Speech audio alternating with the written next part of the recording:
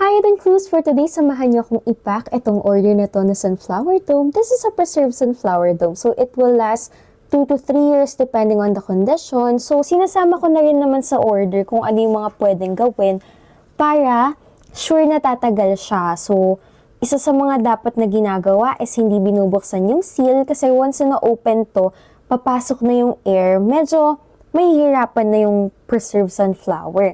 And yung iba pang mga bagay dito like wag lalagay direct sa sunlight o kaya naman wag ilalapit sa mga may moisture para hindi agad masisira yung sunflower dome. So kapag ganon, abot siya ng 2 to 3 years. Meron na rin nga palang installed lights to. So ayan, patayin natin yung ilaw para makita nyo mabuti. Ganyan siya kapag naka-off yung light. So very cutesy lang siya, talagang fairy light vibes yung lights natin. And syempre may mga moss grass dito. Yung moss grass na nakalagay dito is talagang preserved din yan. And yung ating tag. Etong tag na to, free na to. So kapag purchase kayo ng sunflower dome or any flowers sa Clues and Prints, meron na talagang free na tag. So yung tag, up to 3 words lang yung pwede. So, dito ang pinalagay ni client is Happy Mom's Day kasi this is for a Mother's Day.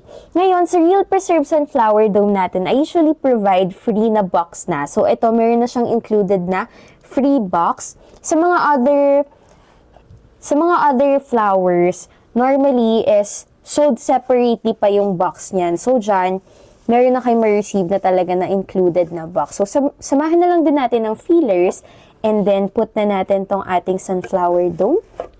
Tsaka, punasan na rin natin siya para hindi siya ganun ka dumi kapag dumating kay client.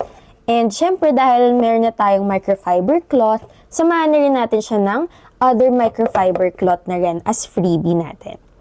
So, ito, sasama na natin yung iba natin. Hindi ito yung pinamunas natin, ha? This is a freebie. So, separate yan. And, syempre, yung ating note na tungkol sa sunflower para alam na rin ni client or ng receiver kung ano yung dapat niyang gawin. Tapos sa box na to, meron na rin tong kasama na message. So, ito, so long as walang emoji or anything na ganun, so long as text lang ipapalagay nyo, kami na bahala mag-resize ng text or ng font niyan para magkasya siya doon sa box. So, lalagay na natin yan dito sa top. And testing lang natin kung umaalog, di naman siya umaalog. So, sure na tayo na hindi yan agad mababasag during transit. So, habang meron yung box, syempre, hindi natin dapat kalilimutan ang ribbon. Kasi yan ang isa sa mga pinaka nagpapaganda talaga ng box eh. Kapag merong ribbon, parang nagiging mas premium yung